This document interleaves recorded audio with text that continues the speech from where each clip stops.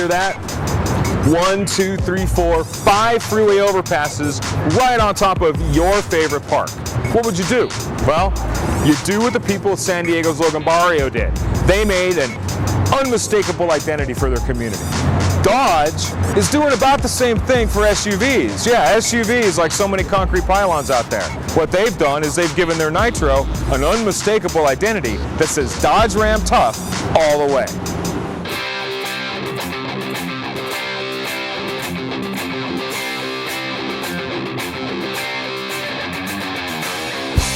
The in-your-face styling of the Nitro oozes the new Dodge design philosophy. Make cars that incite passion. They don't care if you love it or hate it, just as long as you notice it. And with a bold ram and blazoned grille, the widest fender flares you'll ever see, and 20-inch chrome wheels, you can't help but notice the Nitro. There's no messing around on the inside either. The bold industrial design doesn't exactly impart a warm welcome. It's more of a get in, sit down, and shut up kind of greeting. But once you're in it, you'll find some well thought out features that make this thug a very functional vehicle. The full flat front seat allows for loading long cargo, for example, and as a bonus, doubles as a cargo tray. The Nitro also has a unique storage system called Load and Go. Here's how it works. You grab the handle, slide out the tray, it comes out about 18 inches past the bumper. Grab your bag, put it on the tray, and slide it back in.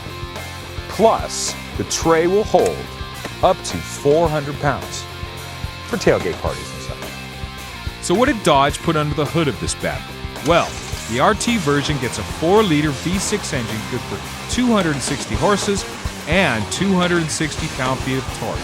The power drives the rear wheels through a 5-speed automatic transmission. Dodge has also fitted the Nitro with a performance suspension, anti-lock brakes, and a host of safety features to keep you on the road, like traction control and an electronic stability control system. Oh yeah, and in the worst case scenario, 6 airbags should help keep you in one piece. And if you find yourself driving on slippery terrain, the Nitro will be available with 4-wheel drive. Every tough guy knows talk is cheap. You've got to put up or shut up. The Dodge Nitro, the first thing you notice is that while it talks loudly, it follows through. The RT model has a nice loud grumble. That's the 265 horsepower V6 engine talking right there. From a standstill, you get plenty of acceleration. Passing power is plentiful, more than enough. On the road, the steering is responsive. It's a rack and pinion setup, and the wheel really responds to commands. It's a little light for my taste, but I think that most people who drive the RT model will find it to be responsive, just the right amount of feedback. Now on the RT model, you have a performance suspension setup that makes things a little bit stiffer, a little bit more of a bumpy ride, but the payback is this thing will handle like a cat. Awesome around the corners for an SUV, and if you want to have real fun, switch off that ESP button at the bottom of the center console and see what this thing can do. The brake pedal, on the other hand, has a little bit too much play. You can play with the pedal a little bit. In fact, you can even hear it while I'm playing with it. And that's not necessarily a very good thing. Throttle tip in with the accelerator is a little abrupt, but that's what you want with the Nitro.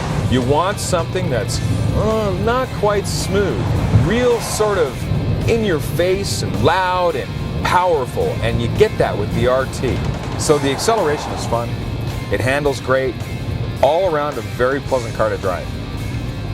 One side note, keep in mind though, fuel economy, not its best friend. On our day drive, we averaged about 17.1 miles per gallon. Not the best, there are worse, but keep that in mind when you're shopping for your SUV. With the Nitro, Dodge set out to build an unmistakable SUV. One that was fun to drive, had a versatile interior, and tough guy looks to match. After a day spent driving the RT model, we think they did just that. I'm Brian Chi for Car TV. We'll see you soon.